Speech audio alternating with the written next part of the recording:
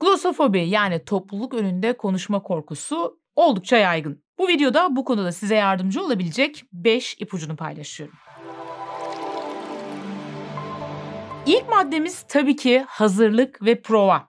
Bir sunumun, bir konuşmanın ne kadar başarılı olacağı aslında o konuşmanın öncesinden büyük oranda bellidir. Neden bellidir? Ne kadar hazırlık ve prova yaptıysanız başarılı olma ihtimaliniz o kadar artar. Sunumunuzun içeriğine ne kadar hakimseniz kendinizi o kadar rahat ve güvende hissedeceksiniz. Eğitmenliğe yeni başladığım yıllarda sürekli olarak her yeni eğitim içeriğinden önce kendi kendime prova yapardım. Kendimi video kaydına alır, ardından da beden dilimi, sesimi, anlatış biçimimi inceler, buna göre düzeltmeler yapardım. Dolayısıyla konuşma sırasında heyecan yaşamak istemiyorsanız ya da heyecanı illaki yaşayacaksınız ama daha makul miktarda yaşamak istiyorsanız öncesinde hazırlığınızı çok iyi yapın ve yeterince hazır olduğunuzdan emin olduktan sonra defalarca konuşmanızı, sunumunuzu prova edin. Churchill hitabet konusunda oldukça yetenekli bir liderdi ve bazı tarihçiler Churchill'in herhangi bir konuşma öncesinde, örneğin 45 dakikalık bir konuşma için 6 ya da 8 saat en az prova yaptığını bildiriyorlar. Unutmayın, ne kadar prova o kadar az korku, gerginlik, kaygı. Topluluk önünde konuşma korkumuzun en büyük sebeplerinden biri diğerleri tarafından reddedilme, eleştirilme, yargılanma korkumuzdur. Bu evrimsel olarak beynimize yer etmiş bir korku. Zira doğada yaşayan atalarımız diğerleri tarafından reddedildiğinde tek başına kalırlardı ki bu da doğada yaşayan bir kişi için ölüm demek. Sahneye çıkmadan önce bizi izleyen kişileri sanki bizim düşmanımızmış gibi ya da çok büyük canavarlar, devler gibi algılarız. Ancak sahneye çıkmadan önce onların da tıpkı senin gibi korkuları, kaygıları olan sıradan insanlar olduklarını unutma. Onlar da hata yapıyorlar. Onların da korkuları var. Hatta çoğu belki de senin kadar güzel sunum yapamıyor. Sunuma çıkmadan önce kendinize şunu hatırlatın. Bu insanlar benim düşmanım değil. Beni yargılamak için değil, bilgi almak için, beni dinlemek için buradalar. Şunu da unutmayın, genelde insanlar kendilerine karşı diğerlerine olduğundan daha acımasızlardır. Bu yüzden sunum sırasında bir hata yapsanız bile muhtemelen siz kendinizi çok daha yoğun bir şekilde eleştirirsiniz. Ama diğer insanlar çoğu zaman bunun farkına bile varmaz. Varsa da sizin kadar eleştirel olmazlar. Şunu kendinize söyleyebilirsiniz. Konuma hazırlandım, konuma hakimim ve hazırım. Unutmayın, siz kendi konunuza yani hazırlandığınız konuşma yapacağınız konuya sizi izleyenlerden daha fazla hakimsiniz şu an. Hata yapsam bile bu insanlık hali, herkes hata yapabilir, sıkıntı yok.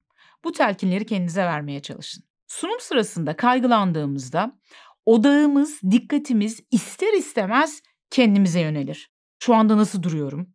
Şu anda nasıl görünüyorum? Çok mu kötü konuşuyorum? Bu gibi soruların cevaplarına odaklanırsak kitlenebiliriz.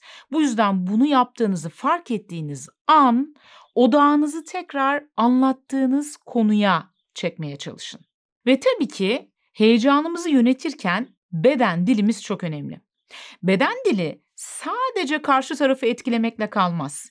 Kendi ruh halimizi ve modumuzu da etkiler. Açık ve dik bir duruş, yerinde yumuşak bir gülümseme hem sizi rahatlatır sunum sırasında hem de karşı tarafa konunuza hakim ve özgüvenli olduğunuza dair bir izlenim verir. Stres anında beynimiz vücudumuzun içinden gelen duyumları, verileri de değerlendirir. Vücut duruşunuzdan, mimiklerinizden, kalp atış hızınızdan ve daha pek çok vücut içinden ve dışından gelen veriye bakarak o sırada güvende olup olmadığınıza karar vermeye çalışır. Kapalı, kamburlaşmış, küçülmüş bir duruş, deli gibi çarpan bir kalp beyne tehlike sinyali gönderir.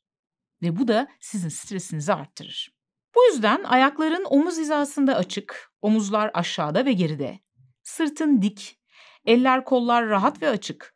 Yüzünde konunun içeriğine uygun olarak yerinde kullanılan bir gülümseme olduğunda beyne güven sinyali göndererek onu sakinleştirebilirsin. Ayrıca kalp atış hızını yavaşlatmak da yine beyne güvende olduğun sinyalini gönderir. Kalp atış hızını yavaşlatabilmek için nefes egzersizleri oldukça etkilidir. Kanalda nefes egzersizleriyle ilgili pek çok video var. Bunlardan faydalanabilirsin. Eğer sık sık sunum yapıyorsan ve bu sunumla ilgili, sunum teknikleriyle ilgili genel bilgileri daha derli toplu bir şekilde öğrenmek istiyorsan, kanalda video eğitim paketler kategorisinden kanal üyesi olarak izleyebileceğin etkili sunum teknikleri eğitimini bulabilirsin. Bunun yanı sıra Udemy üzerinden de yine etkili sunum teknikleri eğitimimize ulaşabilirsin. Bu eğitimlere ulaşabileceğin linkleri aşağıda yorumlar kısmında en başa sabitlediğim yoruma ekleyeceğim.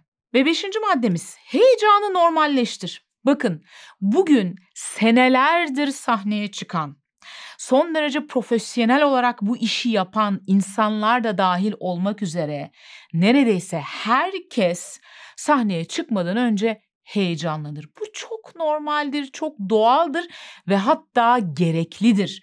O heyecan olmazsa, yani bir miktar tabii, o heyecan olmazsa işini güzel ve doğru şekilde yapamazsın. O yüzden bir miktar heyecan çok normaldir, çok gereklidir. Ne yazık ki toplum tarafından heyecan ve bunun gibi bir takım duygular öcü olarak nitelendirildikleri için reddediliyor. Olumsuz olarak etiketleniyor ve adeta bize yasaklanıyor bu tür duygular. Oysa bunlar da her duygu gibi son derece doğal ve gerektiğinde yaşanması gereken duygular. Kendimizle ve duygularımızla eğer barışırsak, bu durumda bu duygular geldiğinde bunları hissettiğimiz için de ekstra kendimizi yargılayıp ekstra bir stres yaratmadığımız için heyecanımızı katmerlememiş oluruz.